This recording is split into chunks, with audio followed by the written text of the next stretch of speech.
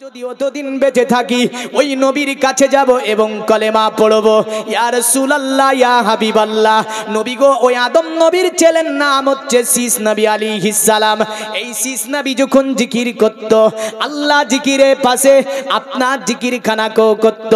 আমি হামা শোনার পরে আমি বলতাম, আল্লাহর নবী মুহাম্মদ দুনিয়াতে আসবে, আমি হামা যদি জীবিত থাকি মুহাম্মাদের কাছে যাব, কলেমা পড়ে ইসলাম ধর্ম গ্রহণ করব।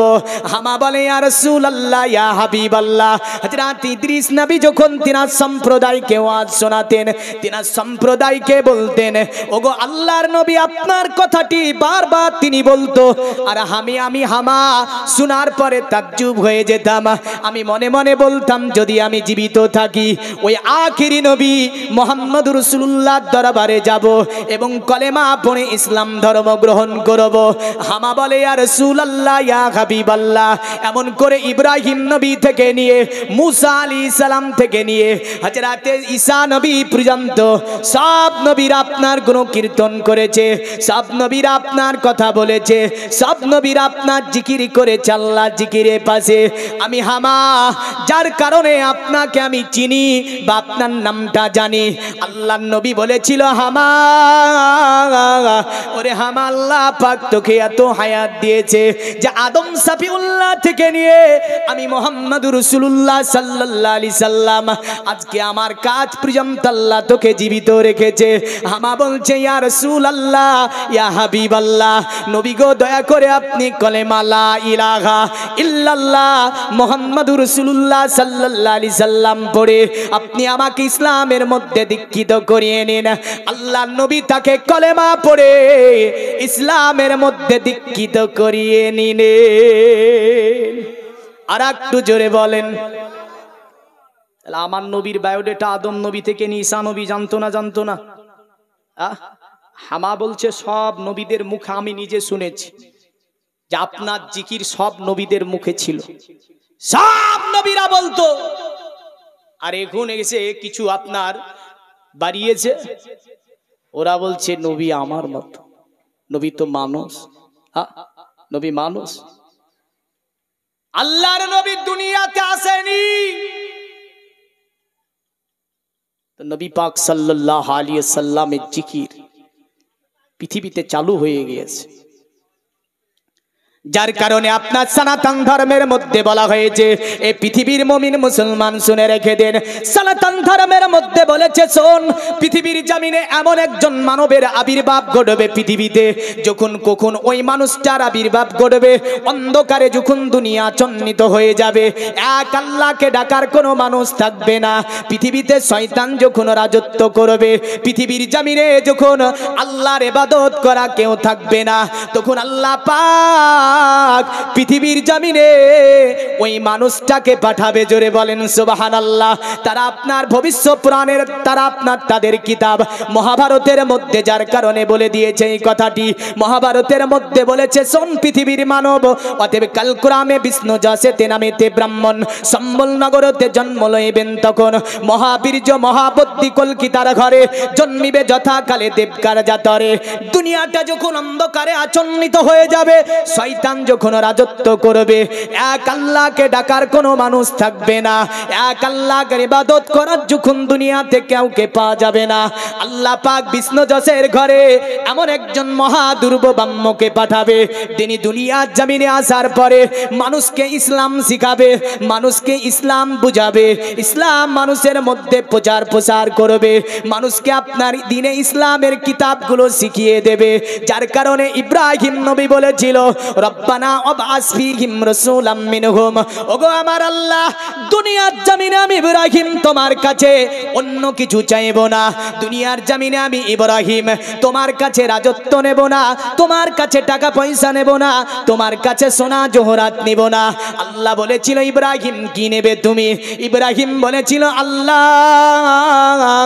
ওগো আমার আল্লাহ, তুমি দয়া করে আমার গোত্রের মধ্যে সুন্দরতম একটা নবী পাঠিয়ে দাও, যে নবীটা আসার পরে তোমার দিন মানুষকে শিখাবে, তোমার দিন মানুষকে বুঝিয়ে দেবে, তোমার দিন মানুষকে পড়িয়ে দেবে, তোমার দিন ইসলামকে প্রচার করবে, এমন সুন্দরতম একজন নবী তুমি আমার গোত্রে পাঠিয়ে দাও। যার কারণে আমার নবী বলতো আনা দাওয়াতু ইব্রাহিম ওয়া বাসারতু ঈসা ওয়া হামালতু বি উম্মি নূরা আজাত লাহু মিন কাশুরিশ শাম। আমি হচ্ছি ইব্রাহিমের দোয়া, ঈসা নবী বাসারাত।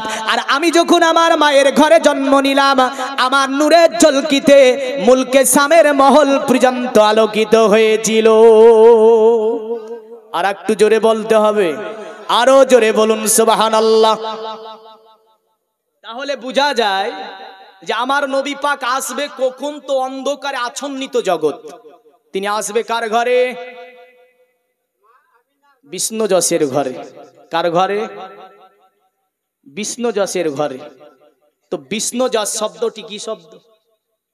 বিষ্ণু যশ শব্দটি হচ্ছে সংস্কৃতি শব্দ। বিষ্ণু যশের যদি বাংলা করা হয়, বাংলা হবে আল্লাহর দাস, আল্লাহর গোলাম। আর আল্লাহর গোলামের যদি আরবি করা হয় তাহলে অর্থ হবে আব্দুল্লাহ। জোরে বলবেন না? পৃথিবীর মুমিন মুসলমান, নবী পাকের মায়ের নাম আমরা বলি কি আমেনা। কি নাম? একটু পরিচয় দিয়ে নি, তারপর একটা টপিক খাড়া করে দেব। এক টপিক ইনশাল্লাহ ওয়াজ চলবে। মায়ের নাম কি? আমেনা। মায়ের নাম হচ্ছে আমেনা। সম্বুলে বিষ্ণু যশেতে গ্রহে মহাদুর্বম মোহাম্মদ সুমা তং মথুরি বিবো। বেদ বলছে সম্বুলে বিষ্ণু যশেতে গ্রহে মহাদুর্বম মোহাম্মদ সুমা তং মথুরি বিবো। মানে সম্বুল নামে জায়গাতে ওই নবী আসবে। সম্বুল শব্দটি হচ্ছে সংস্কৃতি শব্দ। এর যদি বাংলা করা হয় হবে আমানতের এলাকা। এর যদি বাংলা করা হয় হবে সংরক্ষিত এলাকা। এর যদি বাংলা করা হয় হবে আপনার একটি উঁচু দ্বীপ। এর যদি বাংলা করা হয় হবে আপনার শান্তির জায়গা। আর যদি আরবি করা হয় তাহলে আরবি হবে ওয়াহাজাল বালাদিল আমিন। আমার নবীকে আল্লাহ বলছে, নবী গো আমি আল্লাহ পাক ওই আমানতের শহর মক্কার কসম করেছি। আমানতের শহরের আমি আল্লাহ কসম করেছি। পৃথিবীর মুমিন মুসলমান তারা বলছে সম্বুলে নবী আসবে। আর কোরআন বলছে কোথায় আসবে? লা উকসিমু বিহাজাল বালাদ ওয়া আনতা হিল্লুম বিহাজাল বালাদ ওয়া ওয়ালিদি ওয়া মা ওয়ালাদ। আল্লাহ বলছে নবী আমার শুনুন, মক্কার কসম আমি আল্লাহ কেন করেছি? মক্কাতে কাবার জন্য কসম করি না, হাজরে আসওয়াদের জন্য কসম করি না, ওই যে আরাফার ময়দানের জন্য কসম করি না, সাফা মারওয়া পাহাড়ের জন্য আমি আল্লাহ কসম করি না। ওগো আমার নবী শুনুন, ওই মক্কার কসম করেছি। ওই মক্কাতে আপনি জন্মগ্রহণ করেছেন। আপনার পিতৃপুরুষ যারা তারা ওই মক্কাতে জন্মগ্রহণ করেছে, যার কারণে আমি আল্লাহ ওই মক্কার কসম করেছি। আরো জোরে বলেন। তো মক্কার কসম করেছে কিসের জন্য? নবী এসেছে যার জন্য। তারপরে বলছে পণ্ডিত মার নাম কি হবে? তুমি তো বলেছো বাপের নাম বিষ্ণু যশ হবে, মায়ের নাম কি হবে? তো পণ্ডিত বলছে হমসুমা তং মাতুরি বিবো। ওই নারীটা হবে বড় ভাগ্যবতী, যে নারীটা আমার বিশ্ব নবীকে পৃথিবীর জমিনে জন্ম দেবে। সুবহানাল্লাহ বলবেন না? ওই নারীটা হবে বড় সুন্দরী, যে নারীটা বিশ্ব নবীর মা হবে। ওই নারীটা হবে বড় অতএব চরিত্রবান, যে নারীটা বিশ্ব নবীকে জন্ম দেবে। বলল শোনো, ওই নারীটার নাম হবে সুমতি। সুমতি শব্দের বাংলা করলে হয় মাধুর্য, সুমতি শব্দের বাংলা করলে হয় সুন্দরী, সুমতি শব্দের বাংলা করলে হয় আপনার আদর্শবান। আর যদি আরবি করা হয় সুমতির তাহলে অর্থ হবে আমেনা। বললো হামসুমাতাং মাতুরি বিবো, মানে সম্বুলে নবী আসবে, মায়ের নাম হবে অতএব সুমতি, বাবার নাম হবে বিষ্ণুজাস। পণ্ডিতকে বলল, গো পণ্ডিত, ওই নবীটার নাম কি হবে, দয়া করে বলে দেবে। বলল, ওই নবী পাকের নাম হবে কি, ওই নবী পাকের নাম হবে নরাসাং। নরাসাং শব্দটির অর্থ হচ্ছে প্রশংসিত, যেমন বেদে বলেছে নারাসাং সাং সুদিষ্ট জাম্পাসাং সপ্রথস্তমাং। নরাসাং নামে পৃথিবীর জমিনে একজন ব্যক্তির আবির্ভাব হবে। নরাসাং শব্দের অর্থ হচ্ছে প্রশংসিত। আর নরাসাংয়ের যদি আপনি আরবি করতে যান, আরবি হবে মুহাম্মাদুর রাসূলুল্লাহ সাল্লাল্লাহু আলাইহি ওয়াসাল্লাম। মুহাম্মদ শব্দটার অর্থ প্রশংসিত, আর নরাসাং শব্দের অর্থ হচ্ছে প্রশংসিত। তাহলে তারা বেদের মধ্যে বলল নরাসাং, পবিত্র কোরআনে বলল মুহাম্মদ, বেদের মধ্যে বলল আহমিদ্দি মানে আহমদ, আর পবিত্র কোরআনে বলল ওয়া মুবাশশিরাম বিরাসূলিয়াতি মিন বাদি ইসমুহু আহমদ। ঈসা নবী বলল, আমার পরে এই ধরাতে দুনিয়ার জমিনে একজন নবীর আবির্ভাব হবে, এই নবীর নাম হবে আহমদ। আর একটু জোরে বলেন। ঈসা নবী বলল। তো মায়ের নাম বললাম সুমতি, বাবার নাম বললাম বিষ্ণুজাস, নবীর নাম বললাম নরাসাং। তাহলে বাবার নাম আব্দুল্লাহ, মায়ের নাম আমেনা, নবীর নাম মোহাম্মদ। জোরে বলেন। পরিচয় পেয়ে গেলাম। আসবে কোথায় বলল? সম্বল, মক্কাতে। কোথায় জন্ম নেবে? মক্কাতে। তো মক্কাতে যে নবী আসবে, এই নবী দুনিয়ার জমিনে এসে এই নবীকে যারা মেনে নিতে পারবে, এই নবীকে যারা ধরে নিতে পারবে, এই নবীকে যারা ভালোবেসে নিতে পারবে, তারাই আল্লাহর মনোনীত হবে। জোরে বলেন। কার মনোনীত হবে? আল্লাহর মনোনীত হবে।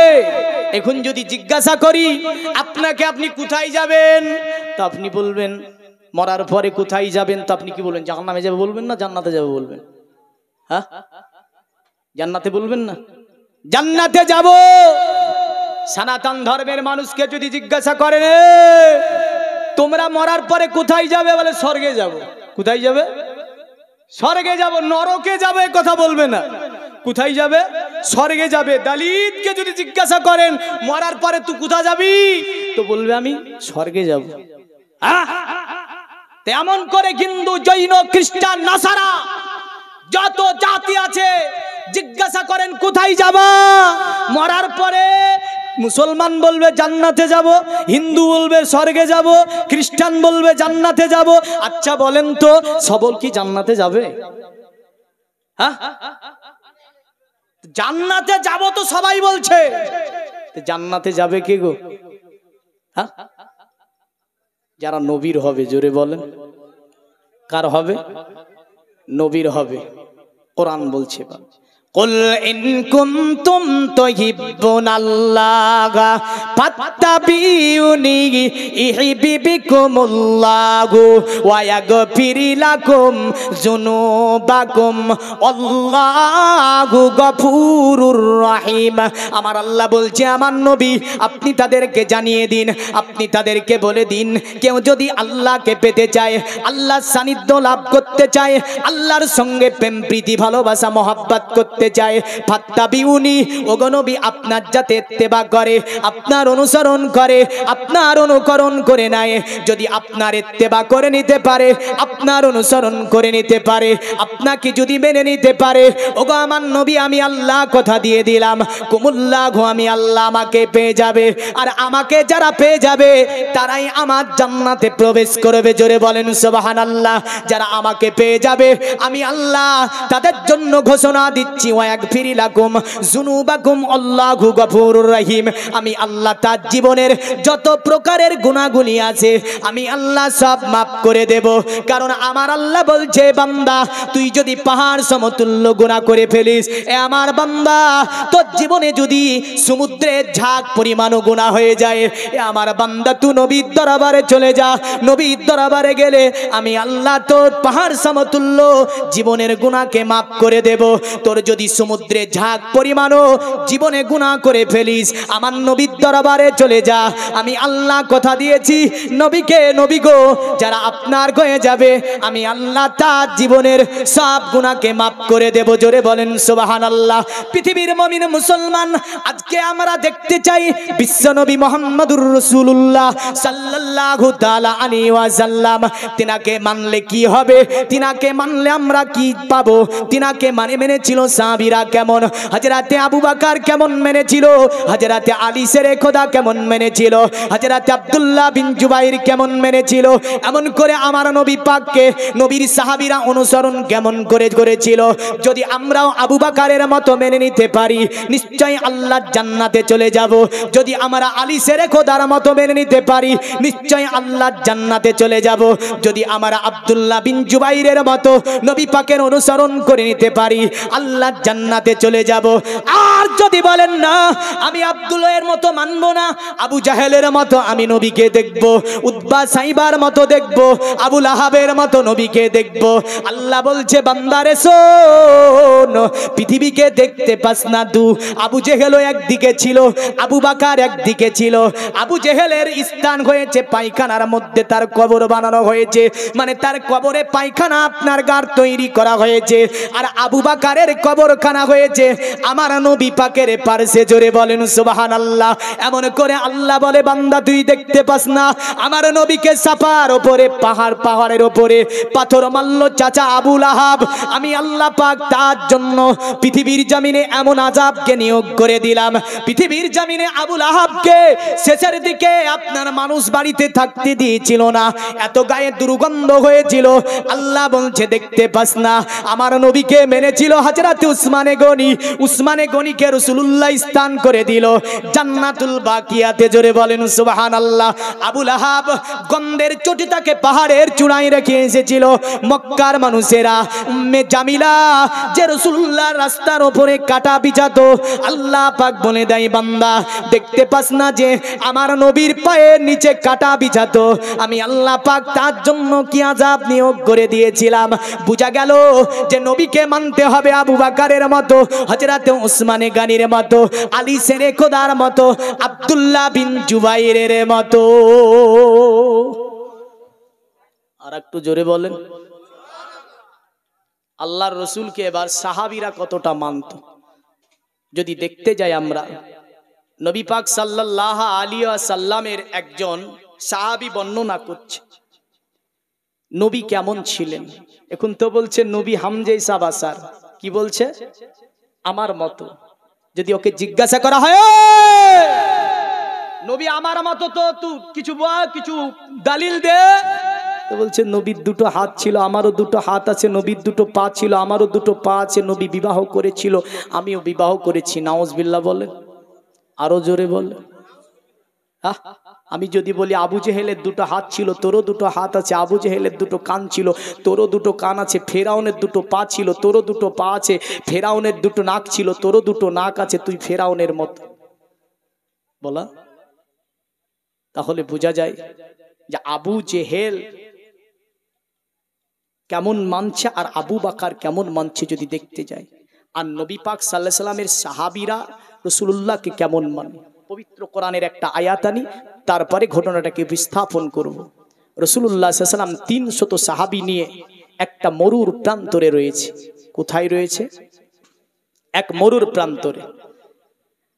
আল্লাহর নবীর একজন সাহাবী নবীকে বলছে আসসালামু আলাইকা ইয়া রাসূলুল্লাহ, নবী গো আমরা এমন একটা প্রান্তরে অবস্থান করছি, যদি ডানের দিকে যাই তবুও পানি মিলবে না, যদি পিছন দিকে যাই তবুও পানি মিলবে না, সামনের দিকে যদি যাই তবুও পানি মিলবে না, কারণ আমরা এমন একটা জায়গায় অবস্থান করেছি চতুর্দিকে কোথাও পানি মিলবে না। ইয়া রাসূলুল্লাহ ইয়া হাবিবাল্লাহ, ওগো নবী সামনের দিকে চলুন, আগিয়ে যায়। সামনের দিকে আগিয়ে যাবার পরে পারে এমন একটা জায়গাতে অবস্থান করব আমরা, যাতে করে ওই জায়গাতে পানি পাওয়া যায়, যাতে করে আমাদের পশুগুলোকে পান করাতে পারি, আমরাও পান করতে পারি। এমন একটা জায়গাতে অবস্থান করতে হবে। আল্লাহ নবী সাহাবী আবু বকর বলল, এই সাহাবী শোনো, তুমি নবীকে এমন করে কেন বলো? তুমি কি জানো না আল্লাহর নবী আমাদের জন্য রহমত হয়েছে? যে এই হাদিস কি তুমি পড়োনি? ফাজালাল মা ইউফাব্বিরু আসিবাতুহু কাইফাল ইউন। কারণ আমার আল্লাহ বলছে, গো আমার নবী, আমি আল্লাহ পাক, অতএব আমি আল্লাহ পাক আপনার প্রতিটা আঙ্গুলের ডগাতে জান্নাতের ঝর্ণা লাগিয়ে দিয়েছি। জোরে বলেন সুবহানাল্লাহ। নবী আমার ইচ্ছা করলে দুনিয়ার জমিন থেকে জান্নাতুল ফিরদাউসের আপনার ওই যে নদীগুলো আছে, জান্নাতুল ফিরদাউসের পদতলে একটা নদী হচ্ছে মধুর নদী। এই নদী থেকে দুনিয়ার জমিন থেকে আমার নবী আপনাকে মধু পান করাতে পারে। নবী পাকের আরেকটা আপনার উংলিতে আল্লাহ ঝর্ণা লাগিয়েছে। জান্নাতুল ফিরদাউস সবচেয়ে বড় জান্নাত। এই জান্নাতের পদদেশে আরেকটা নদী আছে, যে নদীটার নাম হচ্ছে দুধের নদী। আল্লাহ নবী ইচ্ছা করলে দুনিয়ার জমিন থেকে এই দুধ আপনাকে পান করাতে পারে। আল্লাহ নবীর আরেকটা উংলির ডোগাতে রয়েছে জান্নাতে আরেকটা আপনার নদী আছে, যে নদীটার নাম হচ্ছে সারাবান তোহরা, মানে সারাবের নদী। আল্লাহ নবী ইচ্ছা করলে দুনিয়ার জমিন থেকে সারাবান তোহরা আপনাকে পান করাতে পারে। আবু বকর বলছে, নবী সাহাবী এখানেই নবী তাঁবু গাড়তে বলেছে, এখানেই আমরা অবস্থান করব। বলল আবু বকর, ওগো আবু বকর, আমাদের কাছে পানি শেষ হয়ে গেছে, আমাদের মেশকে কোনো পানি নাই, আমাদের এই পশুগুলো খুব পিপাসিত হয়েছে, আমরা পিপাসিত হয়েছি। এ আবু বকর, এতটা পানি কোথায় পাওয়া যাবে? আবু বকর বলল, শোনো নবী সাহাবী, আল্লাহর নবী ইচ্ছা করলে সকল কি পান করাতে পারে। আল্লাহুম্মা সাল্লি আলা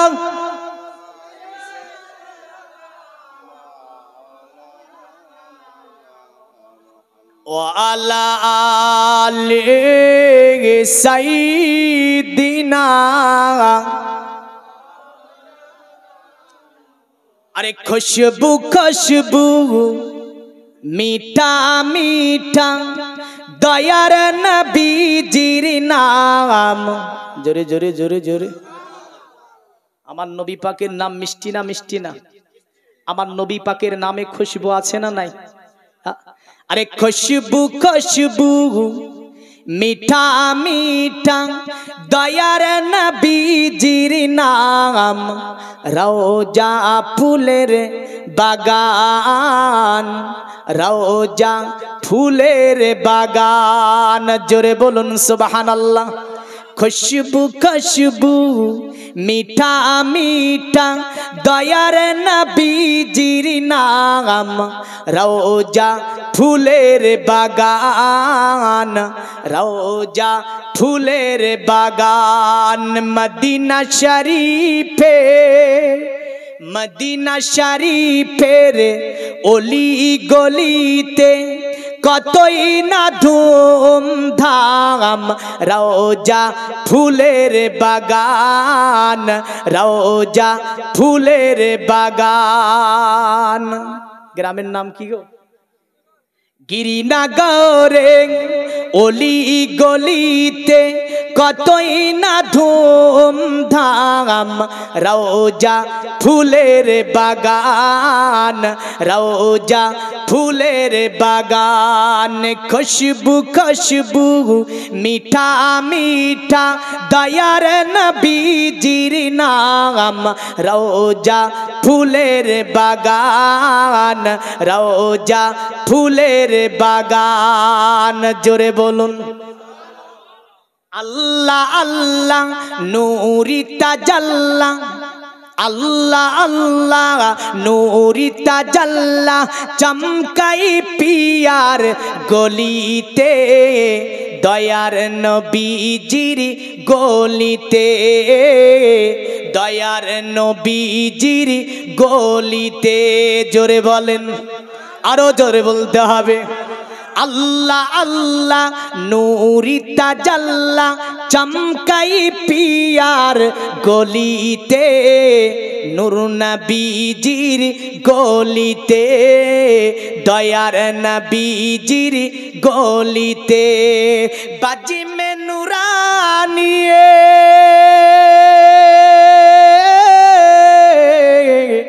বাজি মে নুরানি, রাত নুরানি, দেখো জান্নাতের বাগান।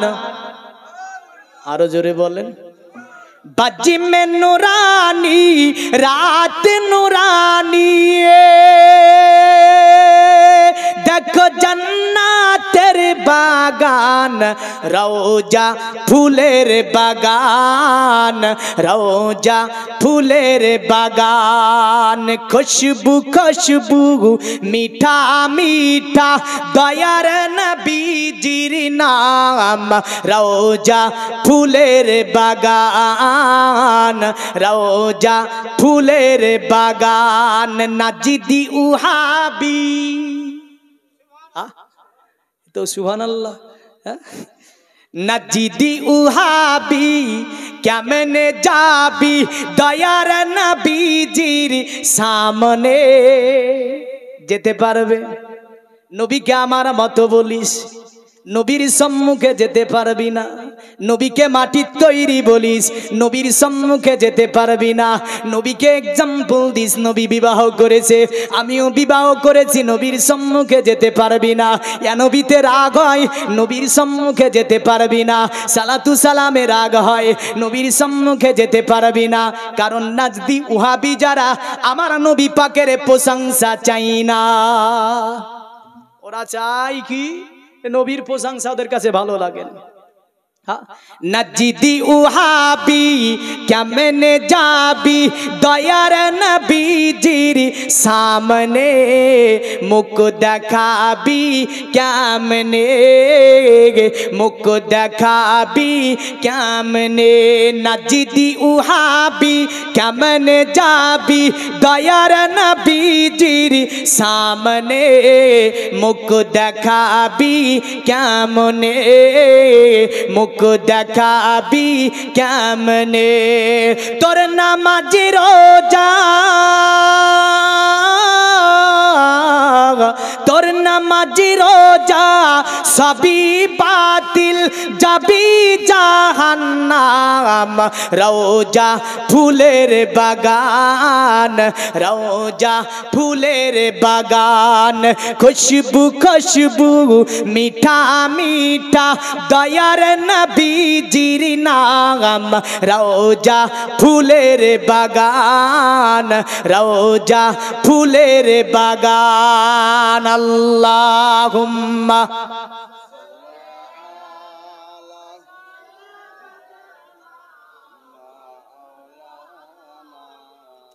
ওয়া আলা আলিহি।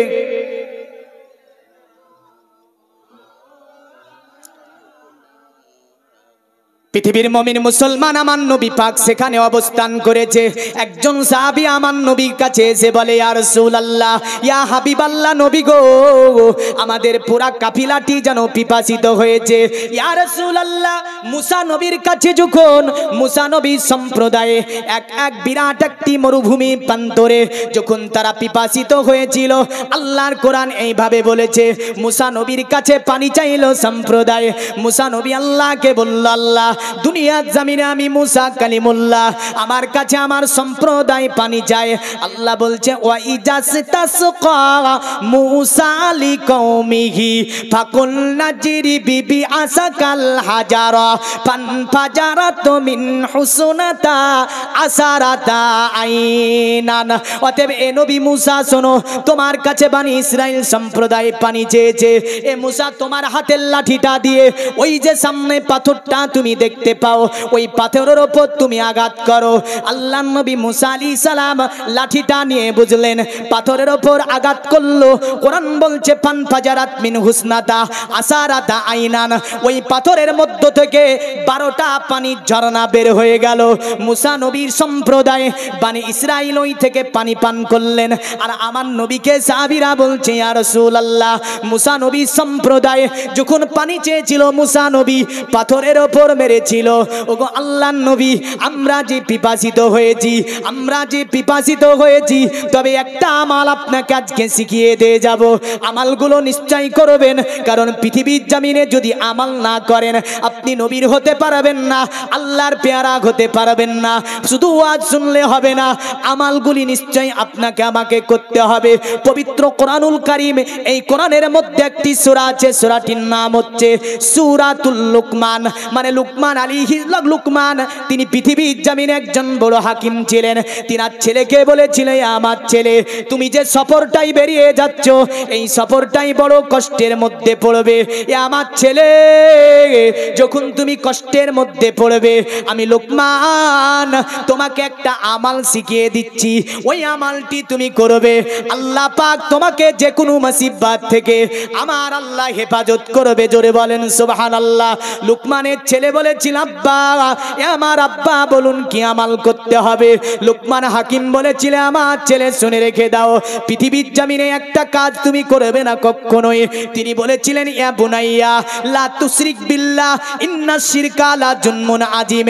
আমার ছেলে শুনে রেখে দাও, আল্লাহর সঙ্গে কাউকে শরীক করিও না, কারণ শিরিক হচ্ছে পৃথিবীর জমিনে সবচেয়ে বড় গুনাহ। আর আমার সন্তান শোনো, যখন তুমি বিপদগামী হবে, আল্লাহর কাছে হাজাতের নিয়াত করে 2 রাকাত নামাজ আদা করবে। ওটাকে মনে করে আমার আল্লাহ তোমাকে সমস্ত বিপদ থেকে রক্ষা করবে। জোরে বলেন সুবহানাল্লাহ।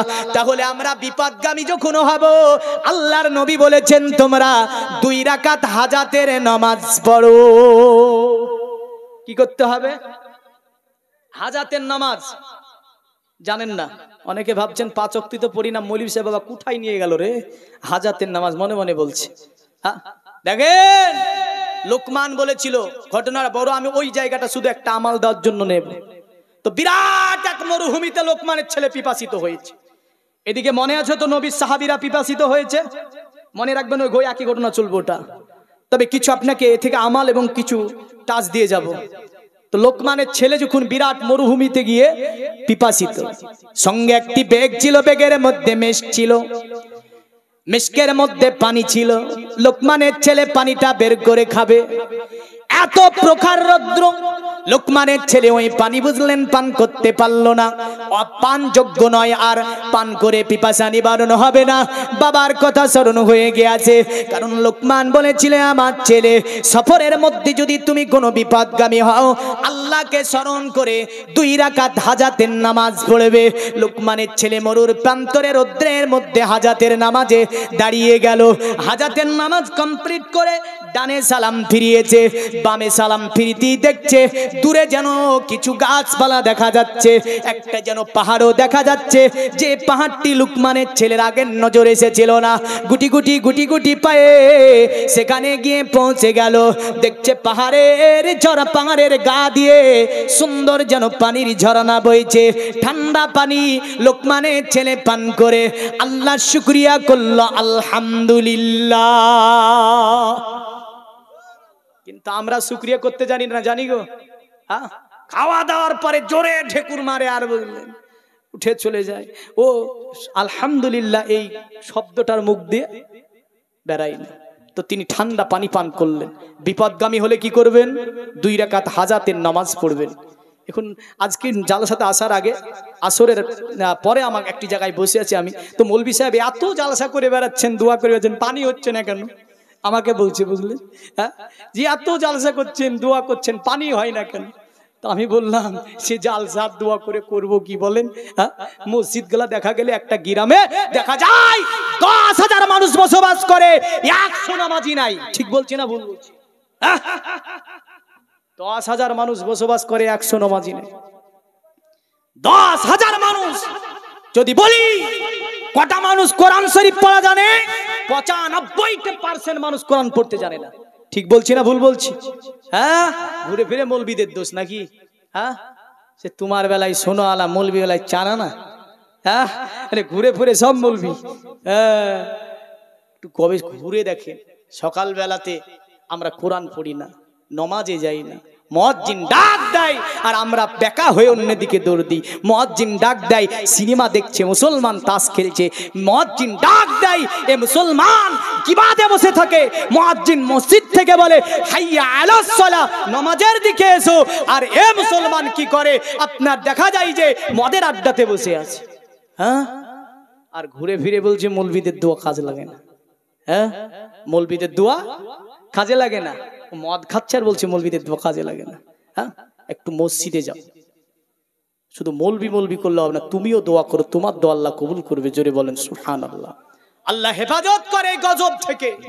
আল্লাহ বিশ্বের মানুষকে, মুসলমানকে, এই যে গজব চলছে বর্তমান সবাই, আল্লাহ হেফাজত করে। সকলে বলুন আল্লাহুম্মা আমিন। আরো জোরে বলেন আল্লাহুম্মা আমিন। আল্লাহর নবী বলল শোনো, 2 রাকাত হাজাতের নামাজ পড়বে। রাসূলের সাহাবীরা নবীর কাছে পানি চেয়েছে। আল্লাহর নবী বলল গো আমার সাহাবীরা, এ আমার সাহাবীরা শোনো, তোমাদেরকে আমি পানি পান করাবো। ওই যে দূরে একটা পাহাড় দেখতে পাচ্ছ। সাহাবীরা বলছে হ্যাঁ ইয়া রাসূলুল্লাহ, দূরে একটা পাহাড় দেখতে পাচ্ছি। আল্লাহর নবী বলল পাহাড়ের বিপরীত দিকে তোমরা চলে যাও। পাহাড়ের বিপরীত দিকে যাবার পরে দেখবে একটা কালো কুৎসি রঙের গোলাম মাথায় একটা কলসি নিয়ে মনিবের বাড়ির দিকে পানি নিয়ে যাচ্ছে। আমার সাহাবীরা ওই গোলামটাকে আমার দরবারে হাজির করো। জোরে বলেন সুবহানাল্লাহ। পৃথিবীর মুমিন মুসলমান মনে রাখবেন, নবীর সাহাবীরা ছিল সেখানে।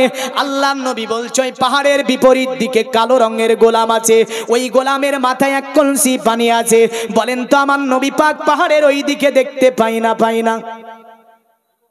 গোলামটা কালো, তাও আমার নবী বলে দিচ্ছে যে পাহাড়ের বিপরীত দিকে একটা গোলাম আছে, মাথায় এক কলসি পানি আছে।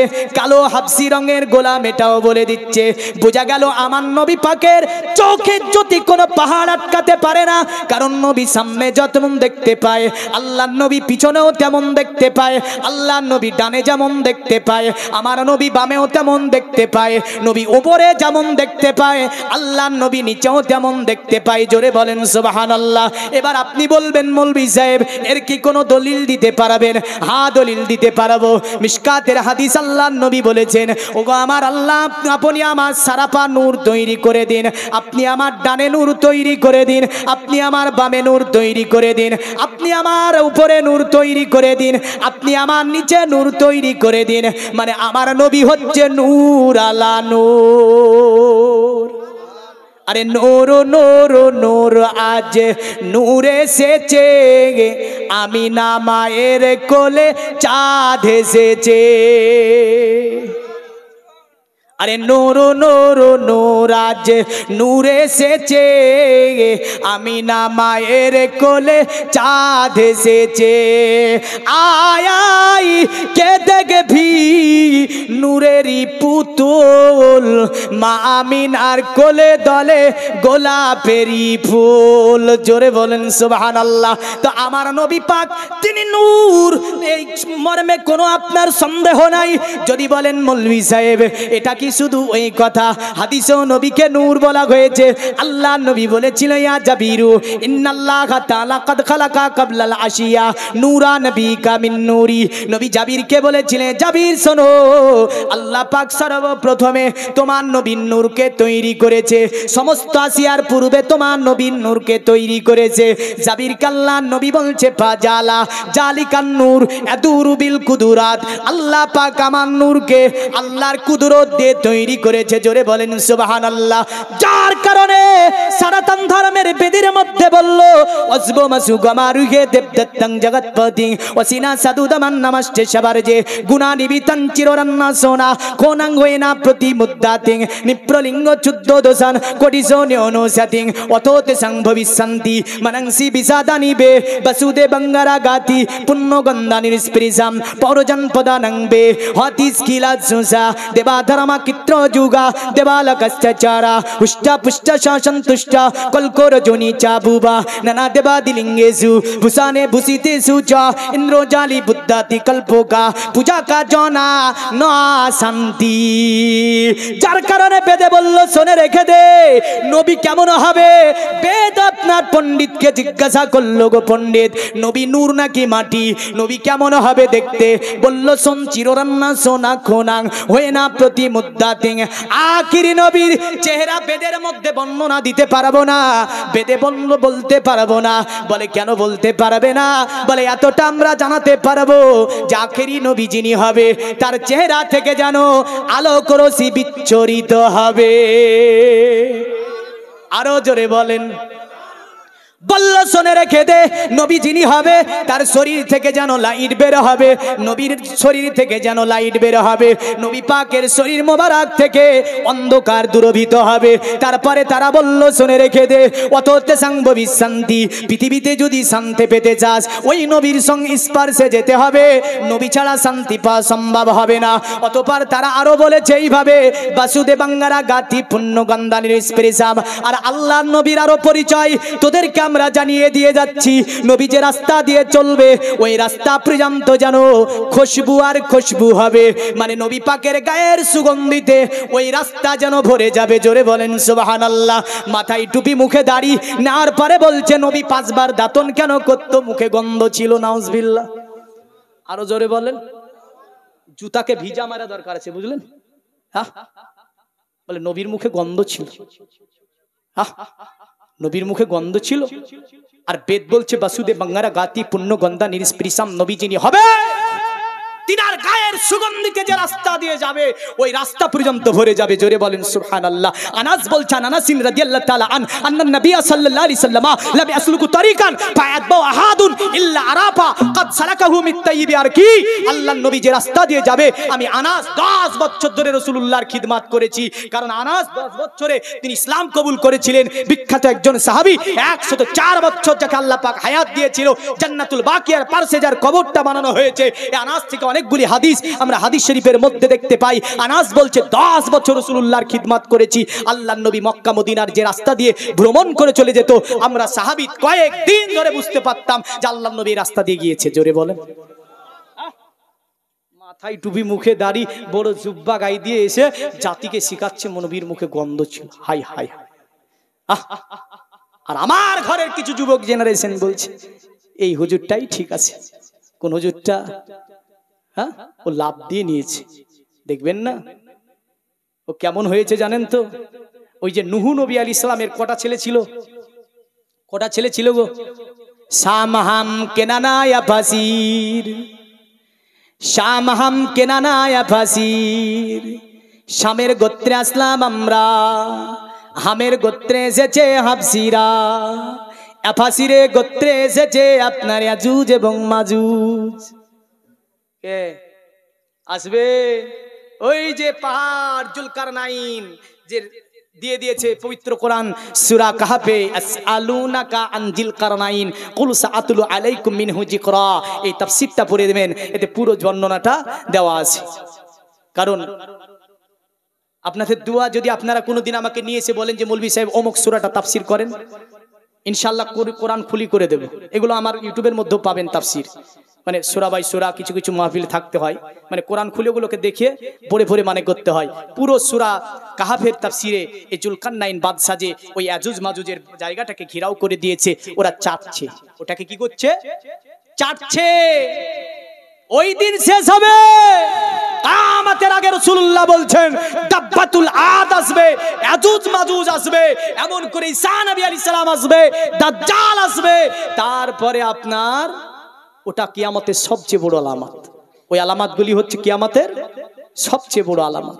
তা আমি বলতেছিলাম যে আমার নবী পাক সাল্লাল্লাহু আলাইহি সাল্লামকে এমন কথা যারা বলেছে যে নবীর মুখে গন্ধ ছিল, ওদের সঙ্গে স্পর্শে যাবেন না। চেহারা দেখলে একবার লা হাওলা পড়বেন, ওয়ালা কুওয়াতা ইল্লা বিল্লাহ। জোরে বলেন। খারাপ বললাম নাকি? রাগ হচ্ছে? লা হাওলা ওয়ালা কুওয়াতা ইল্লা বিল্লাহ। আর একটা হাদিস আছে লা হাওলা ওয়ালা কুওয়াতা ইল্লা বিল্লাহিল আলিল আযীম। লা হাওলা রাসূলুল্লাহর সাহাবী আনাস হাদিসটা বর্ণনা করেছে, মিশকাত শরীফে আবু মুসা আশআরী রাদিয়াল্লাহু তাআলা আনহু বর্ণনা করেছে। এমন করে আপনার মাসনাদ ইমামে আহমদের মধ্যে বর্ণনা আছে আবু হুরায়রা থেকে। রাসূলুল্লাহ সাল্লাল্লাহু আলাইহি ওয়াসাল্লাম বলছে যে ব্যক্তি প্রতিদিন লা হাওলা ওয়ালা কুওয়াতা ইল্লা বিল্লাহ 10 বার করে পড়বে, আল্লাহ পাক তার 99 রকমের গুনাহ, 99 রকমের অসুখ থেকে আল্লাহ তাকে হেফাজত করবে। লা হাওলা ওয়ালা কুওয়াতা ইল্লা বিল্লাহ যারা পড়বে তার বাড়িতে জীবনে কোনো কোনোদিন অভাব হবে না। জোরে বলেন, আরো জোরে বলেন। এগুলা আমাল 10 বার করে লা হাওলা ওয়ালা কুওয়াতা ইল্লা বিল্লাহ পড়বেন, আর ওদের মুখ দেখলেও পড়বেন এটা। কারণ পৃথিবীর জমিনে এমন কোন শয়তান নাই যে এই মন্ত্রটা পড়ে নিলে আপনাকে আক্রমণ করবে। জোরে বলেন সুবহানাল্লাহ। তাহলে পড়বেন তো, এটা 10 বার করে প্রতিদিন পড়বেন তো। আপনি নামাজ পড়তে পারেন না, না পারেন, গুনাহ করছেন, কাজে কর্মে বেরিয়ে যাবেন, তো 10 বার পড়বেন। আল্লাহ কাজে বরকত দেবে, আপনার বাড়িতে বরকত দেবে, আপনাকে অসুখ বিসুখ থেকে হেফাজত করবে। ওই বাড়ি হেফাজত করার জন্য আল্লাহ ফেরেশতা নিয়োগ করে দেবে। জোরে বলেন। তাহলে এই মানুষগুলোকে দেখলে এটা 10 বার পড়ে দেবেন, আল্লাহ আপনাকে ও থেকে হেফাজত করবে। জোরে বলেন সুবহানাল্লাহ। এবার আসি, তারপরে আবার বেদে মানে আসলো। তারা বলল বেদের মধ্যে যে নবী কখনো, নবী যে রাস্তা দিয়ে চলবে ওই রাস্তা পর্যন্ত সুগন্ধি হবে। তা আমার নবী পাক ওই পাহাড়ের দ্বিতীয় দিক দেখতে পায় না। আর একটা হাদিস দিচ্ছে মুসলিমের হাজ্জাজ আল কুসাইরি, যিনি যে হাদিসটা সংকলন করেছেন তার নাম হচ্ছে সাহিহুল মুসলিম। মোটামুটি 12,000 কম বেশি হাদিস এনেছে। জোরে বলেন, কত হাদিস এনেছে? কম বেশি 12,000। এই হাদিসের মধ্যে একটা চ্যাপ্টার আছে, অধ্যায়ন আছে, কিতাবুস সালাত, নামাজের অধ্যায়ন। কিসের অধ্যায়ন? নামাজের অধ্যায়ন। নবী কত দূর দেখতে পায়? সহিহ হাদিস থেকে বলছি। আল্লাহর নবী মসজিদে নববীতে নামাজে দাঁড়িয়েছেন, সাহাবীরা আমার নবী পাকের পিছনে নামাজে দাঁড়িয়েছে। আল্লাহর নবী সাহাবীরা নামাজ কমপ্লিট করে নবী পাক ফিরে গেলেন। আল্লাহর নবী বলছো, গো আমার সাহাবীরা, আমার পিছনে যখন তোমরা কিয়াম করবে, মানে নামাজে দাঁড়াবে, তোমরা দাঁড়ানোটা সোজা হয়ে দাঁড়াবে। জোরে বলেন। নবী পাক আমার বলেন, সাহাবীরা আমার শোনো, আমার পিছনে যখন রুকু করবে রুকুটা সহিভাবে করবে। আল্লাহ নবী বললেন, আমার সাহাবীরা আমার পিছনে যখন সেজদা করবে সেজদাটা ভালোভাবে করবে। নবী সাহাবীদের নবী বললেন, এ আমার সাহাবীরা, নামাজের মধ্যে আমি রাসূলুল্লাহ তোমাদের কিয়াম মানে দাঁড়ানোটা দেখতে পাই, আমি নবী পাক তোমাদের রুকু দেখতে পাই, আমি নবী পাক তোমাদের সেজদাও দেখতে পাই। জোরে বলেন সুবহানাল্লাহ। তাহলে ইমাম সম্মুখে থাকে, আমার নবী বলছে তোমাদের দাঁড়ানো দেখতে পায়, তোমাদের রুকু দেখতে পায়, তোমাদের সেজদা আমি নবী পাক দেখতে পাই। কারণ আমার সম্মুখে আমার পিছনে দাঁড়িয়ে কখনো মাথা চুলকানো, কখনো অতএব হাতগুলোকে বারবার তাড়িমা ছেড়ে দেওয়া, পাগুলোকে এদিক ওদিক করবে না। আল্লাহ নবী বললেন ভালোভাবে দাঁড়াবে, কারণ আমি নবী নামাজের মধ্যে তোমাদের সব কৃতিকর্মগুলো আমি বিশ্ব নবী নিজে চোখে দেখতে পাই। বোঝা গেল আমার নবী অদৃশ্য বলে দিতে পারে, আমার নবী পাহাড়ের ওই দূরের কথা বলে দিতে পারে, এতে কোনো সন্দেহ নাই। আমার নবী পাকের সম্বন্ধে আরো যদি হাদিস চান, আর একটা হাদিস বলে ঘটনা সামনে আগাবো, কারণ নবী কত দূর দেখতে পায়, নবী কত দূর বলতে পারে। উম্মুল মুমিনিন মা আয়েশা হাদিসখানা বর্ণনা করেছে, মাসনাদে ইমামে আহমদের মধ্যে হাদিসখানা বর্ণনা হয়েছে।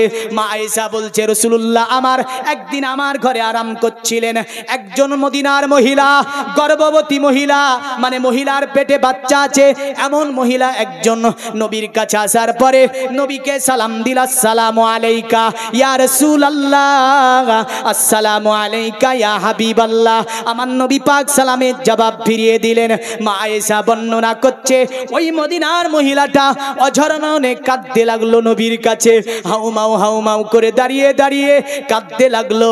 আমার নবী বলছে, মা, ও গো মা, তুমি এমন করে কেন কাঁদছো?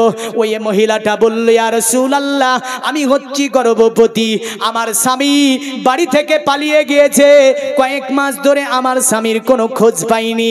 ইয়া রাসূলুল্লাহ, ইয়া হাবিবাল্লাহ, ও গো নবী দয়া করে বলবেন, আজকে রাত্রিতে আমি ঘুমিয়েছিলাম, ঘুমের মধ্যে একটা স্বপ্ন দেখলাম, আমার ঘরের সম্মুখের একটা খুঁটি যেন পড়ে গেল, আর আমি দেখলাম আমি যেন একটা টেরা, মানে চোখগুলো টেরা যে হয়, ওই টেরা বাচ্চার জন্ম দিয়েছি।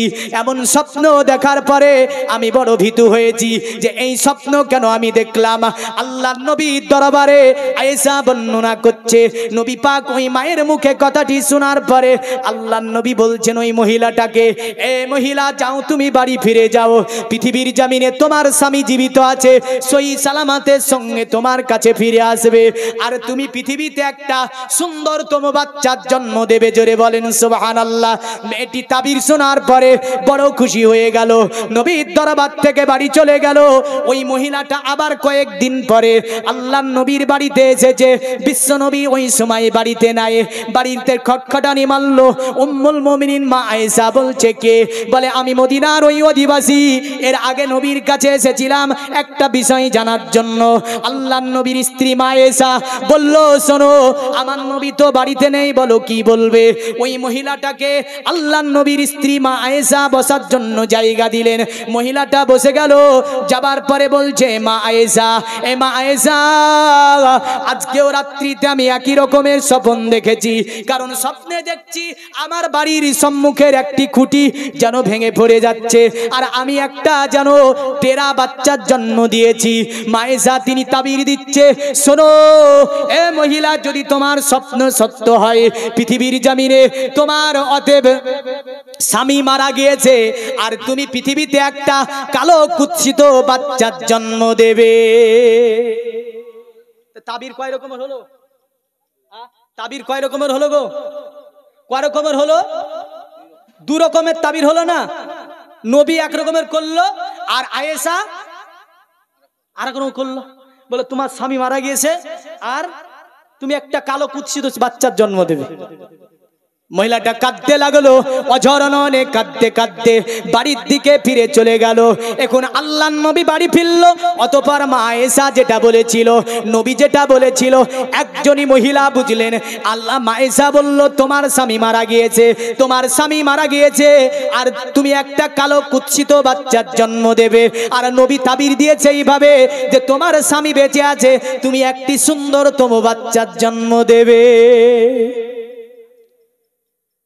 আল্লাহর নবী বাড়ি ফিরেছে। মা আয়েশা বলছে, ইয়া রাসূলুল্লাহ, ইয়া হাবিবাল্লাহ, নবী গো, ওই মহিলাটা আবার এসেছিল আপনার কাছে।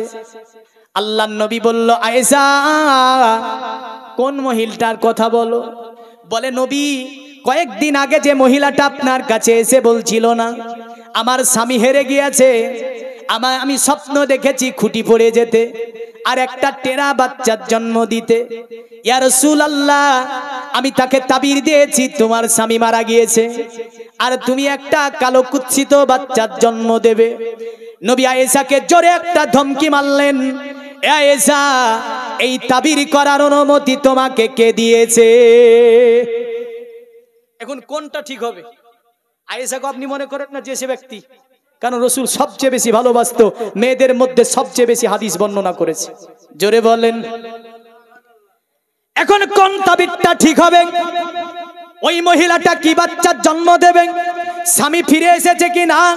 দুটি কথা আপনাকে জানিয়ে দিয়ে আবার ওই ঘটনাটা সামনে বাড়াবো। তবে আমি বলতে চাই, এটা গোরস্থান ময়দান, এখানে আমরা অনেকেই এসেছি, আমরা অনেকেই এখানে এসেছি। আমরা সবচেয়ে যাকে বেশি ভালোবাসি আমার নবীকে, সবচেয়ে আমরা বেশি ভালোবাসি দ্বীনে ইসলামকে। জোরে বলেন। নবীর দুইজন সাহাবী পাহাড়ের ওই পারে গিয়ে দেখছে কালো গোলামটির মাথায় এক কলসি পানি, গুটি গুটি পায়ে মনিবের বাড়ির দিকে যাচ্ছে। আমার নবী পাকে সাহাবীরা বলল, এ গোলাম কোথায় যাওয়া হবে? বলে মনিবের বাড়ি। বলে আর যাওয়া হবে না। বলে কেন? আল্লাহর নবী তোমাকে ডেকেছে। গোলামটি ইহুদি গোলাম ছিল। বলে নবীকে আমি তো চিনি না। নবী কাকে বলে আমি জানি না। নবীর সাহাবীরা বলল, জানতে হবে না, চলো নবীর দরবারে তোমাকে নিয়ে যাব। আল্লাহর নবীর সাহাবীরা গোলামটাকে ধরে আমার নবী পাকের দরবারে নিয়ে আসলো।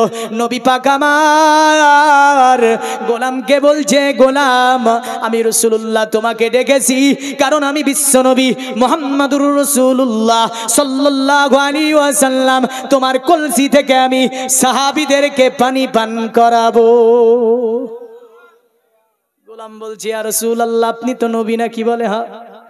এই ত্যাগ কলসি পানি এত সাহাবী কি করে হবে? নবী বলে, গোলাম রে দেখ, নবী পাক আমার সাদা তুংলিকে কলসির মধ্যে ডুবিয়ে দিলেন। নবী পাক সাহাবীদেরকে বললেন, আমার সাহাবীরা এই কলসি থেকে পানি টেনে নাও। সাহাবীরা পান করার জন্য আপনার একে একে পান করতে লাগলো, তাদের মেশকের মধ্যে ভরে নিল, এমনকি পশুকে পর্যন্ত পান করালো। আল্লাহর নবীর সাহাবীরা পান করা কমপ্লিট হয়েছে। গোলামটা দাঁড়িয়ে দাঁড়িয়ে দেখার পরে নবী পাক আমার গোলামকে বলছে, এ গোলাম দেখ তো তোর পানিটা কম হয়েছে কি হয়নি। গোলাম কলসির ঢাকনা উঠিয়ে দেখছে কিঞ্চিত পরিমাণ পানি কম হয়নি। জোরে বলেন সুবহানাল্লাহ। গোলাম বলছে, ইয়া রাসূলুল্লাহ, পৃথিবীর জমিনে অনেক জ্যোতিষী দেখেছি, পৃথিবীর জমিনে অনেক জাদুকর দেখেছি, পৃথিবীর জমিনে অনেক মনোঋষি দেখেছি, আপনার মতো পৃথিবীতে মানব দেখতে পাই না। আপনি কোনো জ্যোতিষী নন, আপনি কোনো জাদুকর নন, আপনি পৃথিবীর জমিনে অন্য কোনো মনোঋষি নন, নিঃসন্দেহে আপনি আল্লাহ পাকের দূত, এতে কোনো সন্দেহ নাই। আল্লাহর নবী বলেছিল, গোলাম, ওরে গোলাম, তোর কলসি থেকে যেহেতু আমি রাসূল এতটা মানুষকে পানি পান করিয়েছি, এবার তুই বল আমার কাছে কি নিবি? তুই যা চাইবি আমি নবী তোকে সেটাই দিতে পারবো। জোরে বলেন সুবহানাল্লাহ। গোলামকে নবী বলেছিল, যা নেবি তাই দেব। গোলাম যদি বলতো জান্নাত নেব, নবী তাকে জান্নাত দিয়ে দিত। গোলাম যদি বলতো ইয়া রাসূলুল্লাহ রাজত্ব নেব, আমার নবী দিতে পারে না, পারে না, পারে না। হ্যাঁ, আর এখন বলছে যে কিয়ামতের নবীর কি হবে ওটা নবী জানে না, তা আমাদেরকে কি করতে পারে? হাই হাই হাই হাই, কিয়ামতের নবীর কি হবে ওটা নবী না কি জানে না। এ তো হিন্দু ধর্মের, হিন্দুর চেয়েও এরা খারাপ বুঝে। কারণটা কি? হিন্দু ধর্মে একটা আপনার কিতাব আছে, কিতাবটির নাম হচ্ছে ভবিষ্য পুরাণ। হিন্দু ধর্মের একটা গুরুত্বপূর্ণ কিতাব। এই কিতাবের মধ্যে আছে এইভাবে, তসলিলন্তরে মিলোচ্ছাচার্যেন সম্ভাবিত মোহাম্মদ ইতিখ্যাত শিক্ষ শাখা সম্ভাবিত নিপ্রসেচ মহাদেবং মরিস্থল নিবাসী নমো গঙ্গা জলশ্চ সংস্নপ্য পঞ্চগব্য সম্ভবিতে নমস্তে বিরিজানাথ মরস্থল নিবাসিনে তীব্র সুরনসাই বহুমায়া প্রবর্তিনে। তাদের কিতাবের মধ্যে লেখা হয়েছে এইভাবে, শোনো, পৃথিবীর জমিনে মুহাম্মদ রাসূলুল্লাহ আসবে একটি মরুর প্রান্তরে। তার আখলাক চরিত্র দেখে মানুষ দলে দলে দলে দলে যাবার পরে মুহাম্মদের কাছে হাতে হাত দিয়ে ইসলাম ধর্ম গ্রহণ করবে। জোরে বলেন সুবহানাল্লাহ। তারা বলল, শুনে রেখে দে, পৃথিবীর জমিনে অশ্লীলতা মিটিয়েছে মুহাম্মদ, শান্তি প্রতিষ্ঠিতা করেছে মুহাম্মদ। পৃথিবীর জমিনে আজকে যদি দেখতে যায় মুসলমানকে তারা বলে এরা হচ্ছে সন্ত্রাস। মনে রাখবেন, মুসলমান সন্ত্রাস হতে পারে না। সম্প্রীতির বার্তা যারা দিয়ে থাকে তারাই পৃথিবীর জমিনে মুসলমান। সম্প্রীতি যারা বজায় রেখে চলে তারাই হচ্ছে পৃথিবীর জমিনে মুসলমান। ভালোবাসার বার্তা যিনি শিখিয়েছেন তারাই হচ্ছে তিনি হচ্ছেন মুহাম্মদ রাসূলুল্লাহ। পৃথিবীর জমিনে জঙ্গিবাদকে যিনি মিটিয়েছেন তিনি হচ্ছেন মুহাম্মদ রাসূলুল্লাহ। আর আজকে দাড়ি টুপি দেখলে বলে এরা জঙ্গি। কিন্তু ইতিহাস ওপেন করলে দেখলে 14 গোষ্ঠী জঙ্গি বাড়ায়। যারা আমাদের জঙ্গি বলে ওর 14 গোষ্ঠী জঙ্গি বাড়াবে। কিন্তু আমার গোষ্ঠী যদি দেখতে যাই, আমার সবচেয়ে প্রাণের প্রিয় যিনি, তিনি মোহাম্মদ।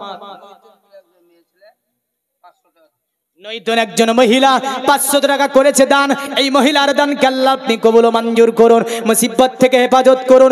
দুনিয়ার জমিনে আল্লাহ এই মহিলাকে আপনি হায়াতকে দারাজ করে দিন। আত্মীয় স্বজন যারা অন্ধকার করে তাদের কবরগুলোকে খুশিদা করুন, মানোয়ার করুন, জান্নাতের টুকরা বানিয়ে দিন। আরো জোরে বলুন আল্লাহুম্মা আমিন।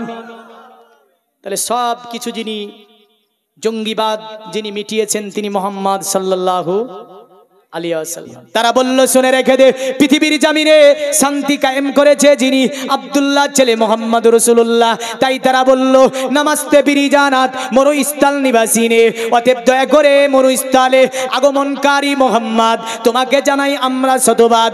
কারণ তীব্র রসুরনাসায় বহুমায়া প্রবর্তিনে, ওই যে কঠিন মাসারের দিনে যদি তোমার সাক্ষাৎ পেয়ে যায়, তোমার কদমের নিচে একটু জায়গা পেয়ে যায়, ওই কিয়ামতে রৌদ্র আমাদেরকে লাগিবে না।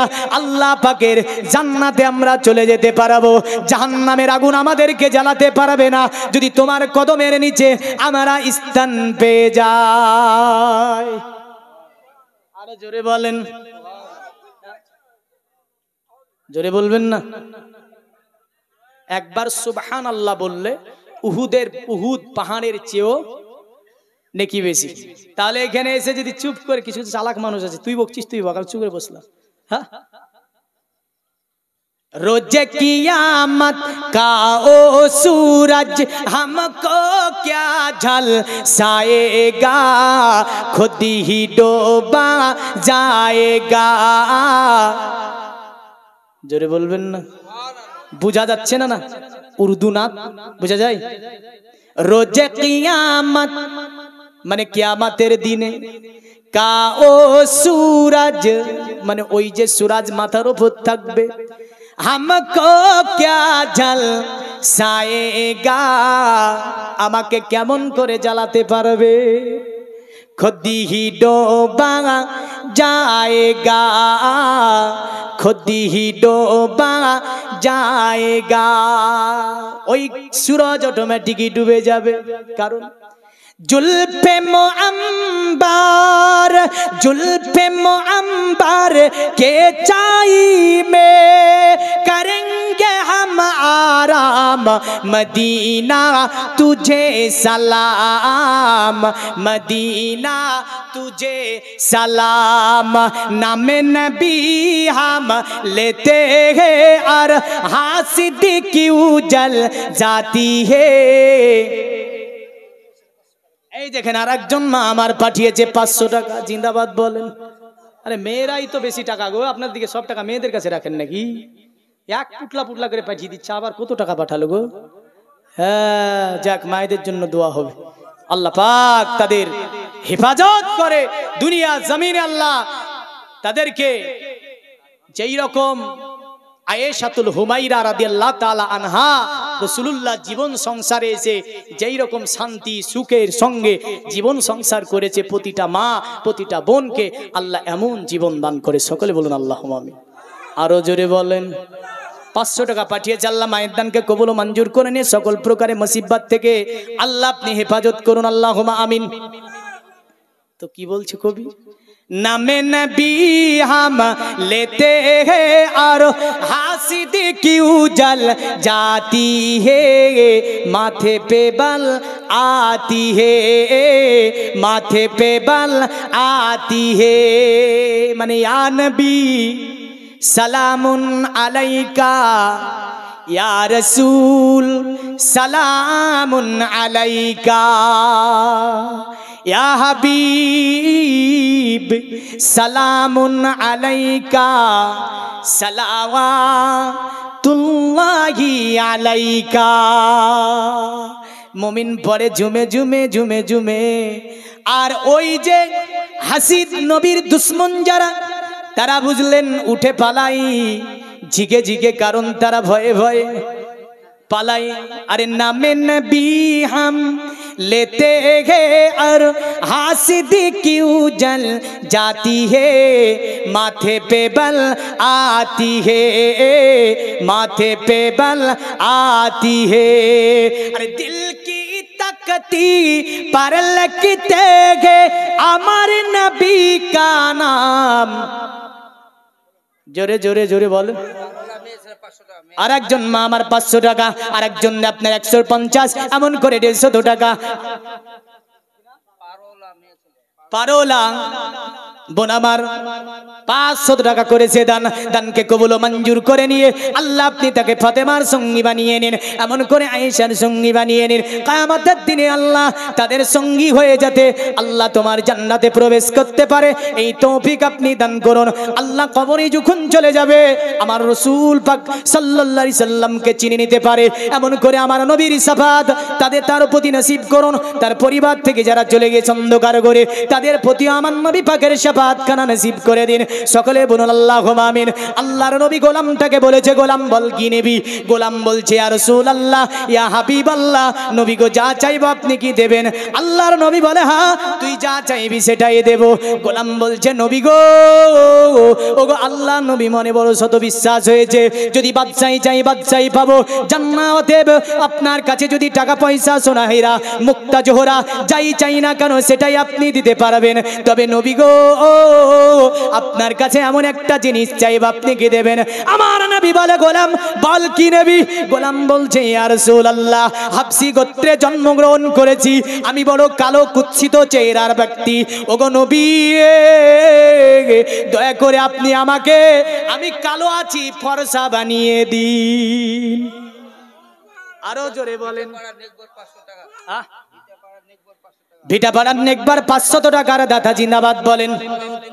আলাউদ্দিন 500 টাকার দাতা জিন্দাবাদ। আর আছে? আল্লাহুম্মা আমিন। আল্লাহ দানকে কবুল ও মঞ্জুর করুন। আল্লাহর নবী গোলামকে বলেছিল, গোলাম, ওরে গোলাম অন্য জিনিস চেনে তুই। নবী পাক মুচকি হেসে বলছে, তুই ফর্সা হবি? বলে হ্যাঁ। নবী গো, হাবশী গোত্রে জন্ম আমার, আমি বড় কুৎসিত কালো চেহারার মানুষ। আচ্ছা পারভিন মেজি 1000 টাকা নগদ আপনার 500 টাকা দিয়েছে, আরো 500 টাকা দিবে গোরস্থানের জন্য। আল্লাহ মেয়ে ছেলে, আল্লাহ তার কবরখানা যেখানে সে আপনার মৃত্যুর পরে আসবে, ওই জায়গাটাকে আপনি রিয়াজুল জান্নাত, আপনি ফাতেমার মতো করে বানিয়ে দেবেন। সকলে বলুন আল্লাহুম্মা আমিন। এই জগতের মুমিন মুসলমান, আল্লাহ নবী মুচকি হেসে বলছে, ওরে গোলাম, এই গোলাম অন্য কিছু চেনে তো। গোলাম বলছে, ইয়া রাসূলুল্লাহ, ইয়া হাবিবাল্লাহ, নবী গো, আমার মনে শত বিশ্বাস, যদি টাকা চাই টাকা দিতে পারবেন, যদি সোনা চাই সোনা দিতে পারবেন, জমি জায়গা চাই জমি জায়গা দিতে পারবেন, তবে আমি গোলাম অন্য কোনো জিনিস নেব না আপনার কাছে, আপনি আমাকে ফর্সা বানিয়ে দিন। আধুনিক বিজ্ঞান এখন কালোকে ফর্সা বানাই পারে নাকি? আল্লাহু আকবার। ইয়া রাসূলুল্লাহ জিন্দাবাদ। বিশ্বনবী মোহাম্মদ তিনি বলল, শোন, এ গোলাম অন্য কিছু চেনে। গোলাম বলছে, ইয়া রাসূলুল্লাহ, ইয়া হাবিবাল্লাহ, নবী গো, মনে শত বিশ্বাস, যা চাইবো তাই দিতে পারবেন আপনি। ওগো নবীজি, আপনি আমাকে ফর্সা বানিয়ে দিন। আল্লাহর নবী বলছে, গোলাম, এটি তোর আশা? বলে হ্যাঁ। বলেন, আমার নবী পাক পারবে না ফর্সা বানাতে। আধুনিক বিজ্ঞান অনেক ধরনের কসমেটিক ব্যবহার করেছে, কালোকে ফর্সা বানিয়েছে, কিন্তু মনে রাখবেন, বিজ্ঞানের কোনো কসমেটিক কাজে লাগে না। যদিও স্বাভাবিক আপনার সাধারণভাবে কয়েকদিনের জন্য ফর্সা দেখাবে, কিন্তু স্কিনকে ফর্সা করতে পারবে না, আবার যে ছিল তার চেয়ে খারাপ হয়ে যাবে। আল্লাহর নবীকে বলছে, ওগো নবীজি, আপনি দয়া করে আমাকে কালো ছিলাম ফর্সা বানিয়ে দিন। আল্লাহর নবী পাক আমার তিনি কি করলেন? গোলামকে মুচকি হেসে বলল, গোলাম অন্য কিছু নেবি না? বলে না, অন্য কিছু নেব না, যেটা চেয়েছি সেটাই আপনাকে দিতে হবে। আল্লাহর নবী সাল্লাল্লাহু আলাইহি সাল্লাম তিনি গোলামের মাথায় হাত দিয়ে আল্লাহর কাছে দোয়া করে দিলেন, আপনার গায়ে হাত বুলিয়ে দিল, সঙ্গে সঙ্গে গোলামের চেহারা রড লাইটের মতো ফর্সা হয়ে গেল। আরো জোরে বলতে হবে জিন্দাবাদ। নবীজি যখনই তাকে ফর্সা বানিয়ে দিয়েছে, গায়ের দিকে থেকে তাকিয়ে নিজেকে নিজে চিনতে পারে না, আপনার বারবার ঘুরে ঘুরে দেখছে। আমার নবী বলছে, ওরে গোলাম, আর কি কিছু তুই নেবি? গোলাম বলছে, না ইয়া রাসূলুল্লাহ, ইয়া হাবিবাল্লাহ, নবী গো, আপনার যেহেতু দিদার পেয়েছি, আপনার সঙ্গে সাক্ষাৎ হয়েছে আমার, কারণ আমি আমাকে ফর্সা বানিয়ে দিয়েছেন। আমার জীবনের একটা আশা, এই দাদু ইন্তিকাল করে গিয়েছে, যোগ্য নাতি পৃথিবীতে দাদু রেখে গেছে না যায়নি গো? এমন যোগ্য নাতি পৃথিবীতে সব দাদু যেন একটা একটা করে রেখে যায়। দাদুর জন্য করেছে 100 টাকা দান। আল্লাহ তার দাদু কবরে রয়েছে, জানি না কোন অবস্থায় রয়েছে, যদি কোন আযাবের মধ্যে গ্রেফতার থাকে, আল্লাহ তা থেকে তাকে মুক্তি দান করুন, কবরখানাকে জান্নাতের টুকরা বানিয়ে দিন। আল্লাহুম্মা আমিন। বিশ্বনবী আমার বলল, এ গোলাম কি নেবি? আর বলে না, কিছুই নেব না। তবে নবী গো, ওগো আল্লাহর নবী, আপনি দয়া করে আমাকে কলেমা লা ইলাহা ইল্লাল্লাহ, লা ইলাহা ইল্লাল্লাহ, লা ইলাহা ইল্লাল্লাহ, মুহাম্মাদুর রাসূলুল্লাহ সাল্লাল্লাহু আলাইহি সাল্লাম পড়ে ইসলামের মধ্যে দীক্ষিত হয়ে গেল। আল্লাহর নবী বলে, গোলাম, এ গোলাম যা, তু মনিবের বাড়ি চলে যা। গোলাম বলছে, ইয়া রাসূলুল্লাহ, আপনার যেহেতু সাক্ষাৎ পেয়েছি, মনিবের বাড়ি আমি আর যাব না। নবীজি বললেন, শোন গোলাম, অতএব মনিবকে জানাতে হবে, মনিবের কাছে কলসি পৌঁছিয়ে দিতে হবে। মনিবের অনেকগুলি পশু তো তোর দায়িত্বের মধ্যে রয়েছে। বলে ইয়া রাসূলুল্লাহ, মনিবের সব মালগুলি যদি মনিবের কাছে বুঝিয়ে দিতে যায়, কোনোদিন কাত্তরে আপনার কাছে আসতে পারবো না। এত উটগুলো আছে, এত দুম্বাগুলো জঙ্গলের মধ্যে আছে, এত ভেড়াগুলি আমার দায়িত্ব আছে। আল্লাহর নবী বলল, গোলাম, ওরে গোলাম শুনে রেখে দে, পাহাড়ের চূড়ায় উঠে দাঁড়াবি, আওয়াজ দিবি, ইহুদির পশুগুলি শোন, এতদিন আমি ইহুদির গোলাম ছিলাম, এখন আমি রাসূলুল্লাহর গোলাম হয়েছি। অতএব তোদের মনিবের কাছে তোরা চলে যা, আমার গোলামের কাছে আমি চলে যাব, আমার মনিবের কাছে আমি চলে যাব। এই আওয়াজ দিতে আসরা বেওয়া সামিন নামে 500 টাকা করেছে দান। জিন্দাবাদ বলেন, নারায়ে তাকবীর। হাই হাই হাই, রক্তের তেজ টেজ কিছু নাই, সব শেষ। হ্যাঁ, কুরবানির গোশত, হ্যাঁ দেখেছেন, কুরবানির গোশতেও টেম্পার নাই মনে হচ্ছে, না ফ্রিজে ভরে মাল খেলে কিছু টেম্পার থাকে নাকি?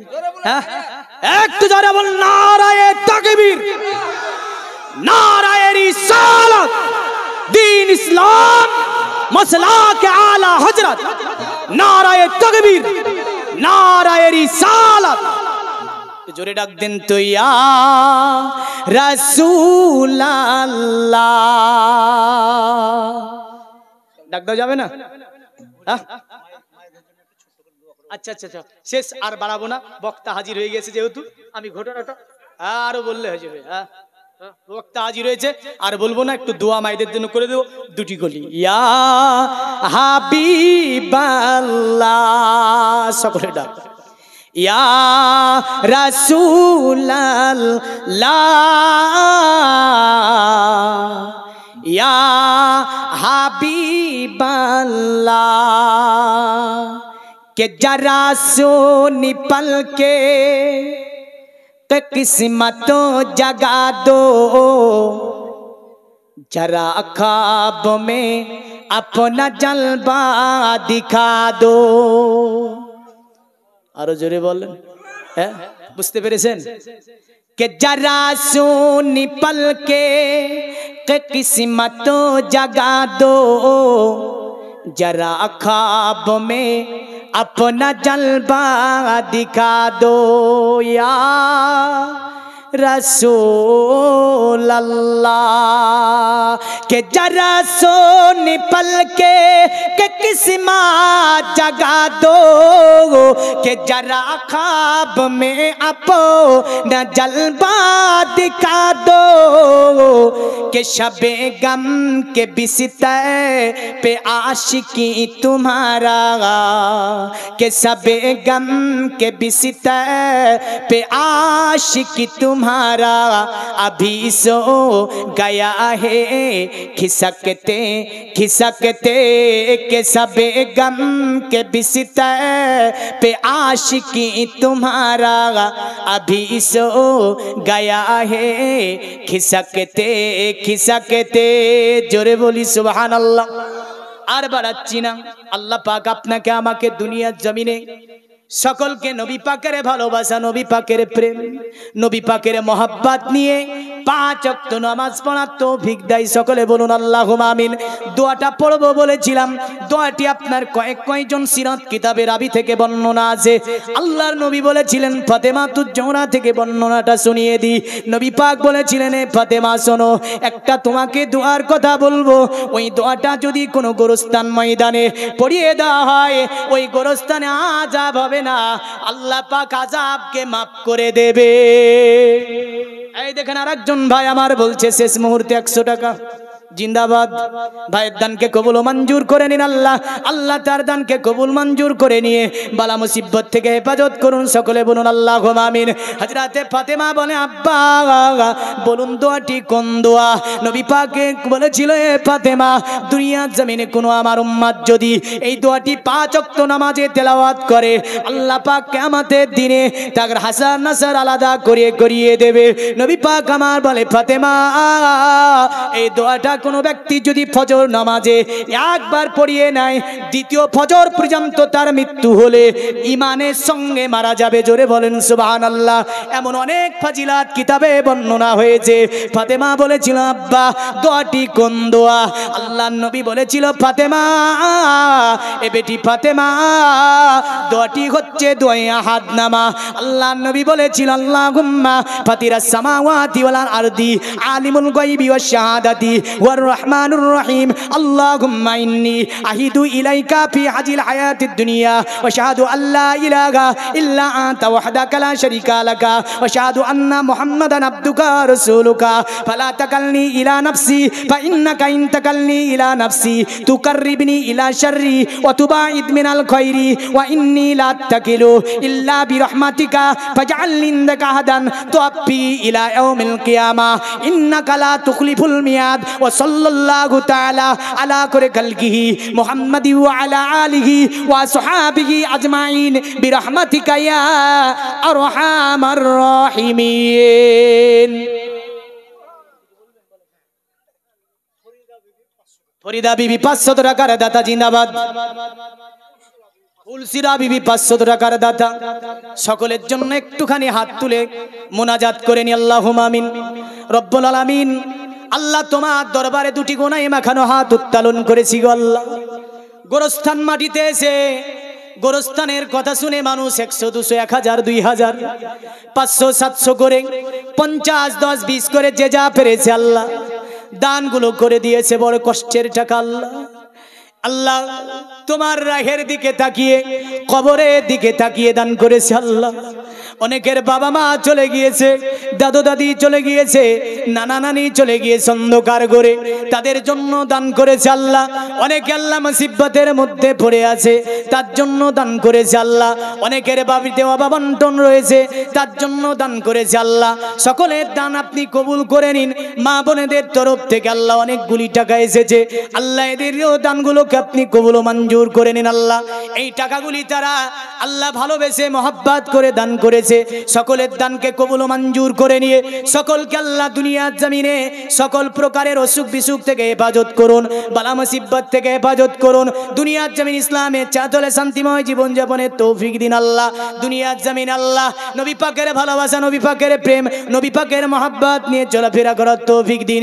স্বামী স্ত্রীর মধ্যে মহব্বত তৈরি করে দিন আল্লাহ। বাচ্চা কাচ্চা নিয়ে দুনিয়ার জমিনে শান্তিময় সুখের সঙ্গে বসবাস করার তৌফিক দিন আল্লাহ। আল্লাহ এই গ্রামের সকল ছেলেদেরকে আপনি সুশিক্ষায় শিক্ষিত করুন। দিন ইসলামে মাসলাকে আলে হাজরাতের ওপরে, আহলে সুন্নাত জামাতের ওপরে কায়েম ও দায়েম থাকার তৌফিক দিন আল্লাহ। ও সাল্লাল্লাহু তাআলা আলা করে খালকিহি মুহাম্মাদি ওয়া আলা আলিহি ওয়া সাহাবিহি আজমাইন বিহাক্কি লা ইলাহা ইল্লাল্লাহু মুহাম্মাদুর রাসূলুল্লাহ সাল্লাল্লাহু আলাইহি ওয়াসাল্লাম। আল্লাহ পাক সকলকে হেফাজত করে এবং সকলকে দুনিয়ার জমিনে নবী পাকের ভালোবাসা, নবী পাকের প্রেম, নবী পাকের মহব্বত নিয়ে চলাফেরা করার তৌফিক দেয়। সকলকে পাঁচগানা নামাজ পড়ে ঈমান আমাল সঙ্গে নিয়ে এই ভয়াবহ ঘোরে আসা তৌফিকে নাত করে। সকলে বলি আল্লাহুম্মা আমিন। ও আখিরি দাওয়ানা আনিল হামদুলিল্লাহি রাব্বিল আলামিন। বলার মধ্যে ভুল ত্রুটি মার্জনীয়। আসসালামু আলাইকুম ওয়া রাহমাতুল্লাহি ওয়া বারাকাতুহু।